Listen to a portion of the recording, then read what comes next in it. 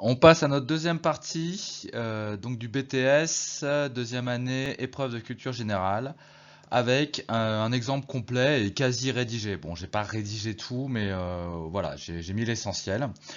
Pour illustrer, là, j'ai mis une magnifique image de bébé ornithorynque, parce que je savais pas trop quoi mettre, mais regardez comme il est mignon. Gui. Bref, allez, c'est parti. On commence par l'introduction. Avec l'accroche, présentation du sujet. Donc, la musique est à la fois immémoriale et furieusement contemporaine. Elle remonte aux origines de l'homme et l'a toujours accompagné dans son développement. En revanche, la présence de la musique dans nos sociétés relève d'une véritable explosion. La musique est littéralement partout. Elle s'immisce dans nos vies quotidiennes, sous tous leurs aspects, professionnels, oisifs, amoureux, de célébration ou d'isolation. Il est donc légitime de se demander les effets d'une exposition aussi intense. Cela nous rend-il plus humains ou au contraire, cela excite-t-il notre agressivité? On passe à l'intitulé et la problématique, l'intitulé du sujet. La musique adoucit-elle les mœurs ou bien mène-t-elle à la violence? Annonce du plan. Dans une première partie, nous verrons en quoi la musique aboutit à une pacification réelle des personnes. Dans un deuxième temps, nous analyserons en quoi elle peut, au contraire, stimuler l'agressivité.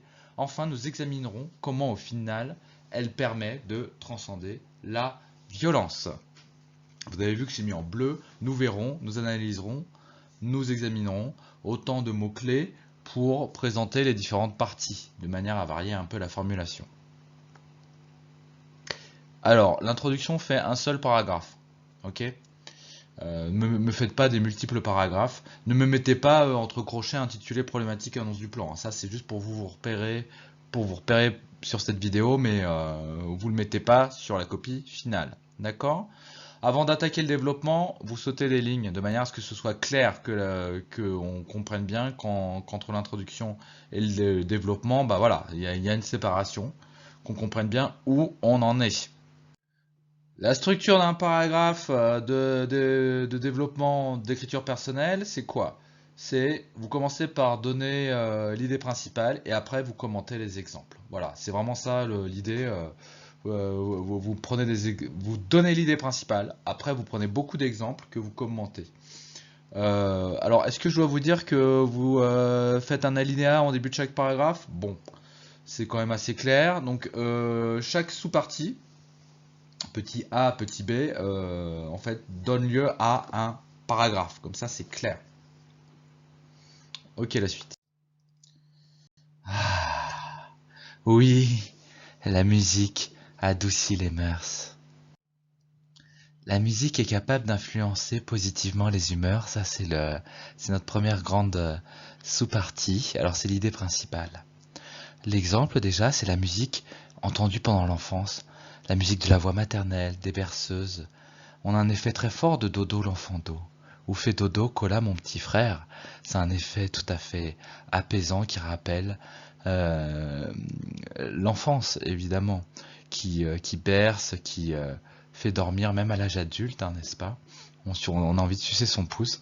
Voilà, donc voici donc des exemples commentés qui montrent effectivement en quoi la musique adoucit les mœurs et est capable d'influencer positivement les humeurs. Ensuite, on a un rôle social apaisant de la musique pour huiler la promiscuité sociale. La promiscuité sociale, c'est-à-dire le fait d'être les uns sur les autres, hein, dans les espaces publics, dans les ascenseurs, dans les supermarchés, dans les avions. C'est ce qu'on appelle de la musac, effectivement. On entend partout de la musique, ce qui est censé huiler la société, hein, faire que les gens aient un taux d'agressivité réduit, en fait. Hein. Regardez comme ils ont l'air contents de prendre l'ascenseur, d'être dans l'avion ou de faire leurs courses. C'est ce qu'on appelle la musac, c'est-à-dire la musique d'ambiance qu'on entend partout pour huiler le jeu social. La musique peut être aussi utilisée dans un but explicite de relaxation, pour la méditation ou dans les spas.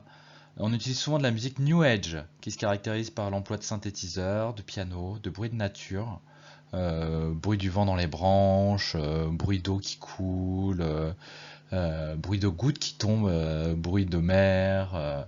Par exemple, Vangelis, qui est un groupe qui a fait beaucoup de musique de film, hein, ou Brian Eno, qui est un artiste effectivement qui a beaucoup travaillé dans le domaine de la musique répétitive et de la musique New Age. Voilà, donc c'est vraiment, la musique peut aussi adoucir les mœurs, pas seulement par rapport à l'enfance, pas seulement par rapport à un rôle social dans les endroits où il y a beaucoup de monde, mais aussi pour la méditation, pour guider à la méditation, pour calmer les gens explicitement. Donc deuxième sous-partie de cette première grande partie consacrée à la musique qui adoucit les mœurs, la musique relie les gens entre eux. La musique appelle la célébration entre proches. Une musique hyper célèbre, un des airs les plus connus du monde, c'est Joyeux anniversaire, ta ta ta ta ta ta, qui effectivement adoucit les mœurs d'une certaine manière puisqu'elle permet de rassembler les gens. Ou autre musique de célébration, la fameuse marche nuptiale, c'est l'extrait du Songe d'une nuit d'été de Mendelssohn. Voilà. La musique permet aussi d'assurer la cohésion d'un groupe. Par exemple, les chants scouts ou les veillées au coin du feu. On a des hymnes aussi hein, d'une école, comme au Japon, chaque lycée a son hymne hein, qui assure la cohésion de l'établissement scolaire. On a une hymne d'une équipe, d'une ville, d'un pays. Finalement, ça permet euh, de rassembler les gens, finalement. La musique appelle aussi à la célébration en groupe. Par exemple, la samba au carnaval de Rio, euh, la fête de la musique hein, partout dans le monde, le 21 juin au solstice d'été, ou même, on peut citer Waka Waka, la musique de Shakira pour la Coupe du Monde en Afrique du Sud. Finalement, ça relie profondément les gens dans une célébration.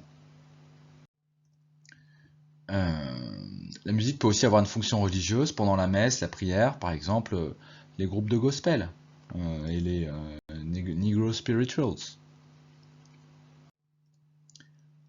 Donc on voit que la musique a une fonction de lien, lien avec les proches, lien avec les autres, la société, et aussi lien avec soi-même. D'une certaine manière, elle répare l'intérieur.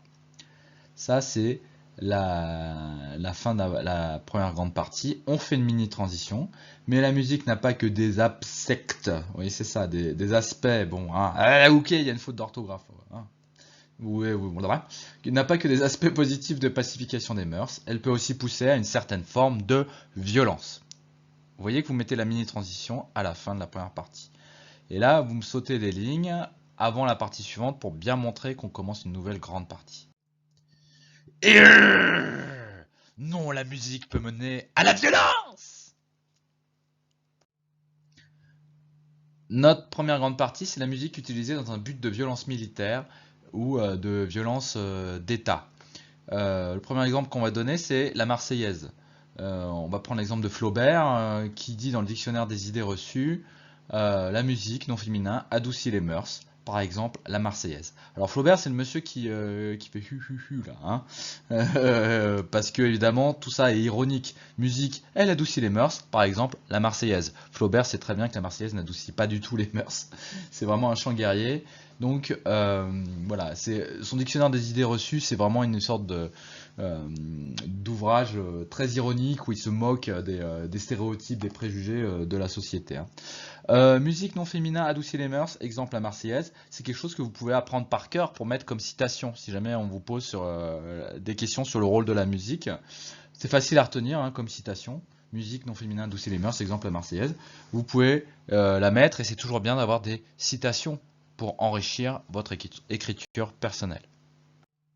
Donc la Marseillaise, c'est un chant de guerre, ça peut être associé à des violences. Donc on regarde le passage, qu'un sang qu'un pur abreuve nos sillons. Et on voit aussi l'utilisation de la Marseillaise par les mineurs dans Germinal, qui est dans un contexte d'émeute et extrêmement violent, une espèce de foule sale, dépenaillée, hurlante, vociférante, et en même temps qui chante la Marseillaise comme pour renverser l'ordre établi lors de la grève des mineurs dans le Germinal de Zola. De manière générale, on a des paroles violentes dans les hymnes nationaux. Avec notre chair, nous ferons une nouvelle muraille de Chine, dit par exemple l'hymne national chinois. Donc il y a une espèce d'appel au sacrifice, à verser le sang des autres et le sien propre.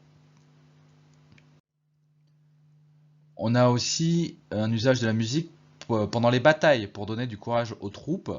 Peut-être vous connaissez ce morceau là.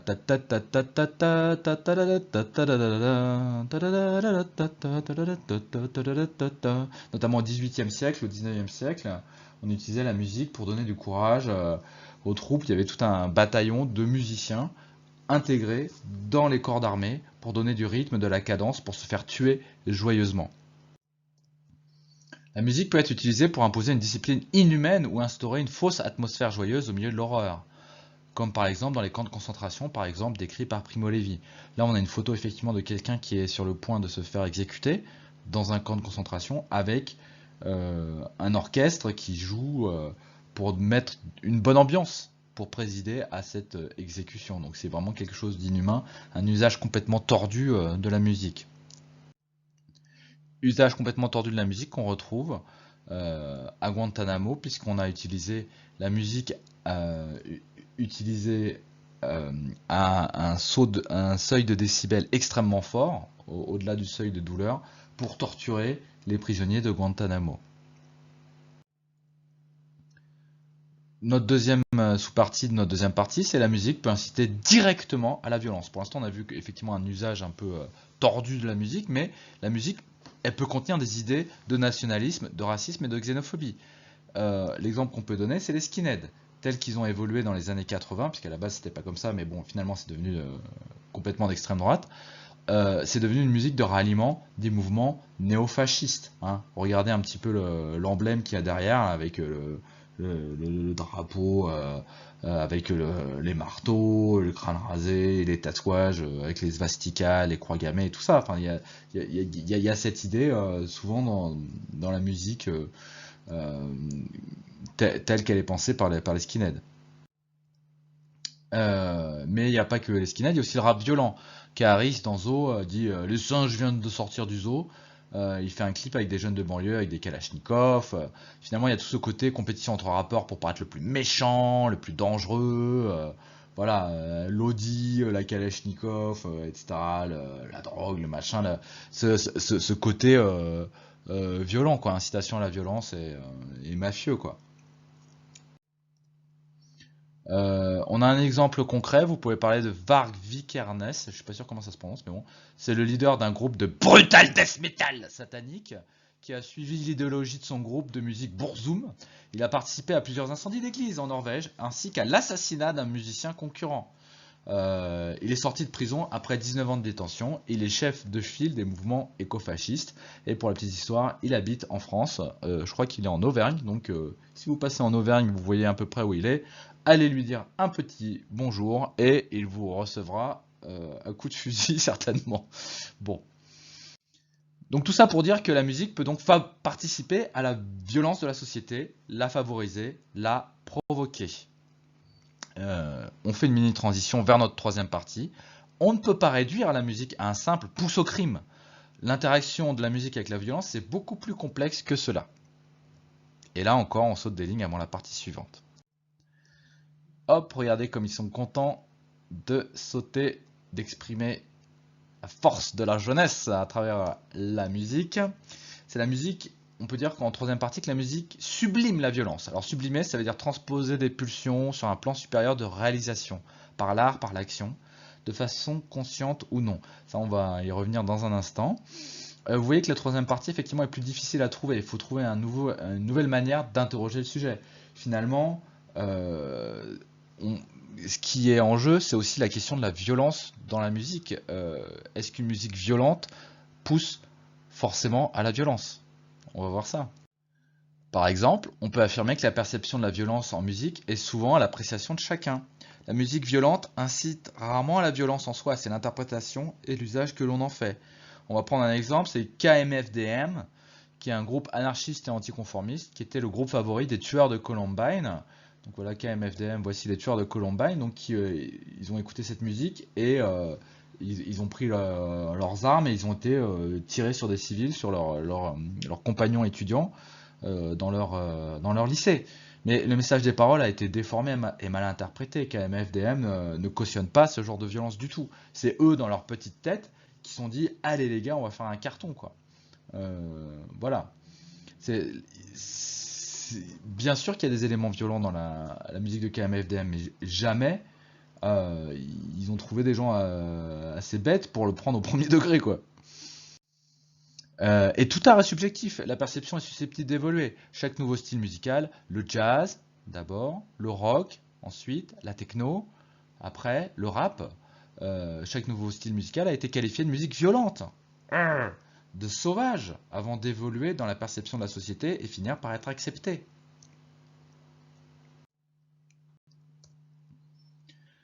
Deuxième sous-partie, la musique peut dénoncer la violence de la société et espérer provoquer un changement. Alors là, vous avez un boulevard parce qu'il y a vraiment beaucoup de choses à dire.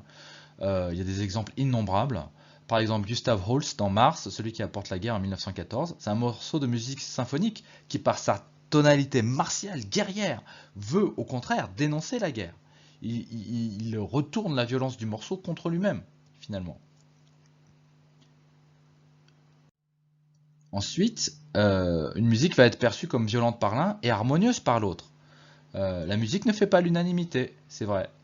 Chacun a ses goûts. La musique crée quelque chose d'intime chez les gens et donc de subjectif. Chacun a ses goûts qui sont uniques et qui ont été façonnés intimement, familialement, amicalement, culturellement et socialement. Il y a beaucoup de facteurs d'influence. La perception de la violence d'une musique est donc différente selon chacun, selon son background. Les chants révolutionnaires, certes violents dans les paroles, portent l'espoir d'un avenir meilleur. L'Internationale, par exemple, qui était l'hymne national, donc l'hymne international, devrais-je dire, du communisme, hein, c'est la lutte finale, groupons-nous et demain, l'International sera le genre humain. Il y a aussi beaucoup de protest, ce qu'on appelle en anglo-saxon, en anglais je veux dire, des protest songs. Bob Dylan, Blowing in the Wind, contre les inégalités et la guerre du Vietnam. On peut aussi parler du solo de Jimi Hendrix à Woodstock en 1969, où il reprend l'hymne national américain tout en distordant les cordes de manière à évoquer des bombes qui tombent, comme il en tombait précisément au moment où il le jouait sur les populations du Vietnam, puisque l'Amérique était engagée dans la guerre du Vietnam à l'époque. Donc il y a une violence intrinsèque, ça témoigne d'une violence, mais ça n'incite pas à la violence. Le groupe Pink Floyd, par exemple, dans son morceau très célèbre We Don't Need No Education de 79, euh, c'est devenu une chanson phare en fait dans la critique d'une éducation nationale rigide et sclérosée en Angleterre. On voit que dans le film qui en a été tiré, les élèves détruisent leur école, hein. C'est quelque chose d'assez violent. Regardez, les élèves n'ont pas de visage, ils arrachent leur masque, ils décident de tout casser, de brûler les livres, de détruire les murs de l'école, de brûler leurs professeurs. Mais l'appel à la destruction de l'école est symbolique. C'est aussi un appel à un renouveau dans l'éducation, à laisser les enfants s'exprimer. Plus récemment, il y a Childish Gambino, il y a quelques années, dans This is America, qui dénonce de manière à la fois violente et ludique tous les travers de la société américaine actuelle et la discrimination dont sont victimes les Afro-Américains aux USA. Finalement, c'est une chanson extrêmement politique et qui a l'air assez amusante comme ça, mais finalement, ça porte un message de protestation qui vient des tripes. Comme on voit, quand on voit notamment dans ce clip où il court pour échapper quoi? Il court comme un esclave en fuite pour échapper à ces maîtres blancs qui veulent le mettre à mort parce qu'il s'est échappé. Il y a une idée comme ça, quoi. Il y a une idée de course terrible des Afro-Américains pour échapper à la discrimination. Et ça, c'est porté par la musique. C'est quelque chose de très violent. Mais c'est quelque chose qui est nécessaire, finalement. Il faut que ce soit exprimé. Donc, finalement, la violence donne de la force à la musique. Elle permet de déranger la société, de réveiller les consciences et de transmettre un mal-être. Par exemple, encore un autre exemple, God Save the Queen du groupe punk Sex Pistols 1977 qui lutte aussi contre la société sclérosée hein, des années 70 en Angleterre, hein, ultra conformiste et qui laisse pas de la place à la révolte de la jeunesse. La musique sublime la violence. Tel sera le titre de notre dernière sous-partie de cette troisième partie. La musique est censée sublimer la violence. Plutôt que de subir la violence, la musique va l'exprimer, la mettre en parole, en musique pour l'exorciser et être plus fort qu'elle, plus fort que la violence. Par exemple, les chansons d'esclaves qui ont donné naissance au blues, qui partant d'une expérience de violence, l'ont transformé pour en faire quelque chose d'artistique et l'ont sublimé dans une œuvre d'art. Par exemple, Blind Willie Johnson, Dark with the Night, Cold with the Ground. C'est un chanteur, c'est un afro-américain des années 1930 aux USA qui exprime sa détresse de voir sa maison brûler et d'être forcé de dormir par terre.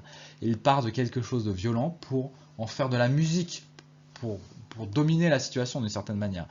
Il y a un très bon épisode de la série Y penser, il faudrait que je mette le lien en bas de la vidéo, qui montre le destin incroyable de cette chanson, qui est quelque chose d'incroyable. Si vous voulez savoir comment cette chanson est partie du sud ségrégationniste des États-Unis dans les années 40 et est partie au fin fond du cosmos, regardez cette vidéo.